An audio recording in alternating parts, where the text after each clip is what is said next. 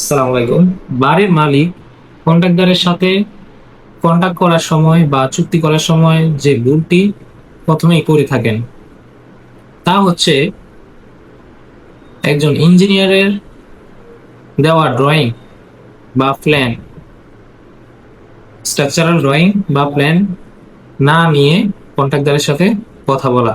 কারণ একজন মালিকের উচিত ভালো ইঞ্জিনিয়ার দেখিয়ে বিল্ডিং এর section, elevation, 3D view, animation video একজন ইঞ্জিনিয়ার থেকে এগুলো নিয়ে তারপর কন্ট্রাক্টরের কাছে গিয়ে ওই প্ল্যানটা করা, যে আমি এই বাড়িটা করব, এইভাবে আছে, আমাকে এইভাবে কমপ্লিট করে দিতে হবে। তখন যাই রেট বা কন্ট্রাক্ট নেওয়া।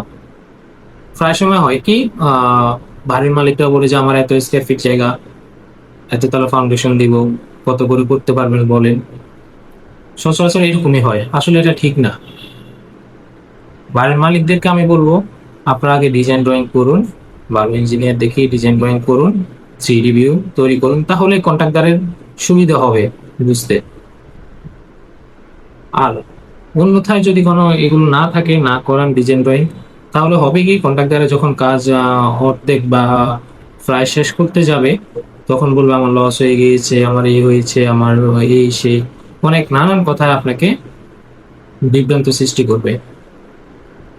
তো অল্প কিছু টাকা হয়তো ইঞ্জিনিয়ারকে আপনি দিবেন, কিন্তু আপনার অনেক বড় ভেজাল বা ফেসাল থেকে আপনি রক্ষা পাবেন। আসসালামু আলাইকুম।